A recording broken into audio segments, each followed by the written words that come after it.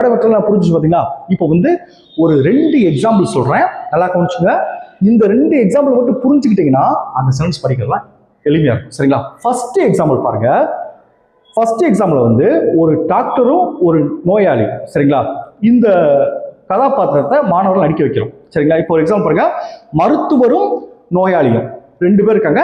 இப்போ ஒரு நாடகத்தை நம்ம அரேஞ்ச்மெண்ட் பண்றோம் வச்சுங்க. பாருங்க, இதுல என்னன்னா அடுத்தவருடைய உணர்வுகளை புரிஞ்சுக்கணும் அப்படின்ற அந்த கான்செப்ட். இப்போ பாருங்க, சூழ்நிலை என்ன சூழ்நிலையை உருவாக்குறோம்? அந்த நாடகத்துக்கான சூழ்நிலை வந்து பாத்தீங்கன்னா, ஒரு நோயாளிக்கு உடல்நிலை சரியில்லை, ஆனால் அவருக்கு மருத்துவ பரிசோதனை என்றாலே பயம். ஒரு நோயாளி வந்து மருத்துவ பரிசோதனை பண்ணிட்டா எது இருக்குன்னு சொல்லிடுவாங்களோ, ரொம்ப செலவாயிருமோ, நம்ம உடம்புல எது மிகப்பெரிய பாதிப்பு இருக்குமோ அப்படின்னு சொல்லி பயந்துகிட்டே அதை பண்ணாம இருந்திருக்காரு. சரிங்களா? அதுதான் பாருங்க, இதுதான் சூழ்நிலை. ஒரு நோயாளிக்கு உடல்நிலை சரியில்லை, ஆனால் அவருக்கு மருத்துவமனை என்றாலே பயம். இது எப்படி ஹேண்டில் பண்றாங்க? கதாபாத்திரம் பாருங்க.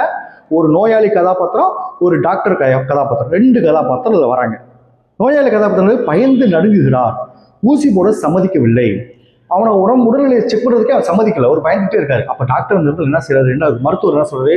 நோயாளியை பயத்தை போக்கி அன்பாக பேசி அவருக்கு சிகிச்சை அளிக்க வேண்டும். இதுதான் அந்த நாடகத்துடைய மைய கருத்து, கான்செப்ட்.